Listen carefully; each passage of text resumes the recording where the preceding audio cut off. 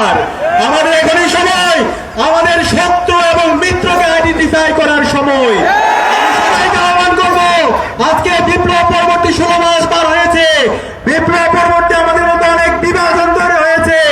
জুলাই বিপ্লবে যেভাবে আমরা ঐক্যবদ্ধভাবে আন্দোলন করে হাসিনার পতন ঘটিয়েছি, আজকে বিপ্লব পরবর্তী 16 মাস পরে ঐক্যবদ্ধভাবে আমাদের বাংলাদেশ বিনির্মাণ করার জন্য, আমাদের কমর নেমে ভারতের বিরুদ্ধে, দিল্লির বিরুদ্ধে আমাদের প্রতিবাদ প্রতিরোধ চাই রাখার জন্য এবং শরীফ ওসমান হাদি ভাইয়ের উপর যে খুনি হাসিনা এবং তার দূষণরা হামলার সাথে জড়িত ছিল তাদের বিচার নিশ্চিত করার জন্য আমাদেরকে ঐক্যবদ্ধ হইতে হবে। আমরা কি পারবো ইনশাআল্লাহ? আমরা কষ্ট লাগে আজকে 16 মাস পরে যে এই শহীদদের রক্তের উপর অন্তর্বর্তীকালীন সরকার তৈরি হয়েছে, সে অন্তর্বর্তীকালীন সরকার আজকে নাগরিকদের নিরাপত্তা দিতে ব্যর্থ হয়েছে। আজকে 72 ঘন্টা পার হওয়ার পরও অতর্ব আমাদের প্রশাসন অপরাধীদেরকে অ্যারেস্ট করতে ব্যর্থ হয়েছে। আমরা হুঁশিয়ার করতে চাই, আমাদের ওসমান হাদি ভাইকে যারা গুলি করেছে, যারা পরিকল্পনা করেছে, যারা পরামর্শ দিয়েছে, এই সকল দূষরদেরকে দ্রুত সময়ের মধ্যে অ্যারেস্ট করে বিচারের আওতায় নিয়ে আসতে হবে।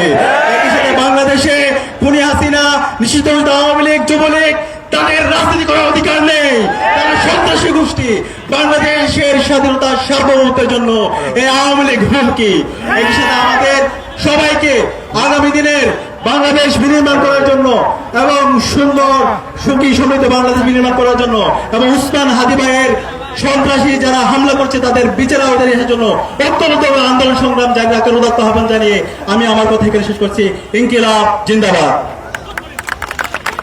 প্রিয় সংগ্রামী বন্ধুগণ, এই মুহূর্তে সংক্ষিপ্ত বক্তব্য রাখার জন্য অনুরোধ করছি ওসমান হাদি ভাইয়ের পরিবারের পক্ষ থেকে চট্টগ্রাম বিশ্ববিদ্যালয় গণযোগাযোগ ও সাংবাদিকতা বিভাগের চেয়ারম্যান ডক্টর শহীদুল হককে বক্তব্য রাখার জন্য অনুরোধ করছি। আসসালামু আলাইকুম ওয়া রাহমাতুল্লাহি ওয়া বারাকাতুহু। আমার বলার কিছু নাই, আমরা স্বাধীনতা চাই। স্বাধীনতা শুধু মুখে বললে হবে না, আমরা প্রকৃত অর্থে স্বাধীনভাবে বাঁচতে চাই। আমরা এই হাদির উপরে যারা গুলি করেছে ওদের ফাঁসি চাই। এই গুলিতে সাহায্য করেছে ওদের সুষ্ঠু বিচার চাই। এদেশ আমার, এদেশ সবার, এদেশ কোন আধিপত্যবাদের দ্বারা গভীর চিন্তিরে আর আবদ্ধ থাকতে পারে না। প্রিয় সংগ্রামী বন্ধুগণ, এই মুহূর্তে সংক্ষিপ্ত বক্তব্য রাখার জন্য অনুরোধ করছি বাংলাদেশ লেবার পার্টির চেয়ারম্যান মুস্তাফিজুর রহমান ইরান ভাইকে বক্তব্য রাখার জন্য অনুরোধ করছি। সংক্ষিপ্ত বক্তব্য রাখার জন্য অনুরোধ করছি। ইনকিলাব মঞ্চের মুখপাত্র শরীফ ওসমান হাদির উপরে গুলি এবং হত্যা প্রচেষ্টার প্রতিবাদে আজকের এই সর্বদলীয় সমাবেশের সভাপতি, উপস্থিত বিভিন্ন রাজনৈতিক দলের নেতৃবৃন্দ, উপস্থিত মজলুম সম্পাদক মাহমুদুর রহমান সহ বিভিন্ন স্তরের নেতা কর্মীগণ, আসসালামু আলাইকুম ওয়া রাহমাতুল্লাহ। সংগ্রামী বন্ধুরা আমার, আমরা 5ই আগস্টের আগে এই শহীদ ছিল না, সবাই কাঁধে কাঁধ মিলিয়ে খুনি হাসিনার কবর রচনার জন্য এসেছিলাম। ঠিক আজকে আবার এসেছি বাংলাদেশ থেকে ফ্যাসিবাদ এবং ফ্যাসিবাদের দোসরদের কবর রচনা করার জন্য। কথাবার্তা পরিষ্কার। আজকে যারা ইনিয়ে বিনিয়ে ওই রাতে টকশোতে গিয়ে আওয়ামী লীগ এবং তাদের দোসরদেরকে বাংলাদেশে প্রতিষ্ঠা করতে চায়, তাদেরকে কোন জায়গাতে আমরা এক চুল পরিমাণ ছাড় দেব না। ডক্টর মোহাম্মদ ইউনূস, আপনার ওই চেয়ারটা রক্তে রঞ্জিত।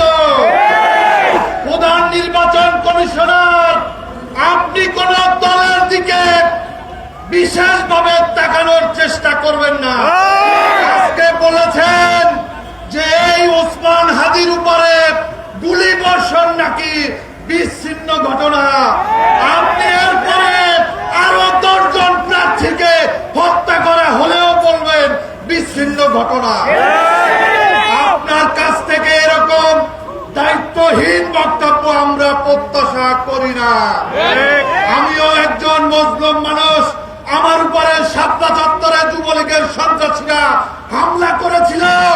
এই শীতের সময়ে রাতের বেলায় ঘুমাতে পারি না, পিছনের প্রত্যেকটা অঙ্গ প্রত্যঙ্গ জ্বালা যন্ত্রণা করে। বন্ধুরা আমার, আজকে সেই ওসমান হাদিকে আজকে মৃত্যু সজ্জায় যারা পাঠিয়েছে, আজকে কসম করুন আল্লাহকে সাক্ষী করে, আগামী দিনের বাংলাদেশ গঠিত হবে চাঁদাবাজ মুক্ত। আগামীর বাংলাদেশ হবে ফ্যাসিবাদ মুক্ত। সবাইকে ধন্যবাদ। বাংলাদেশ জিন্দাবাদ, বাংলাদেশ লেবার পার্টি জিন্দাবাদ, ফ্যাসিবাদ মুক্ত বাংলাদেশ গর্ব ইনশাআল্লাহ।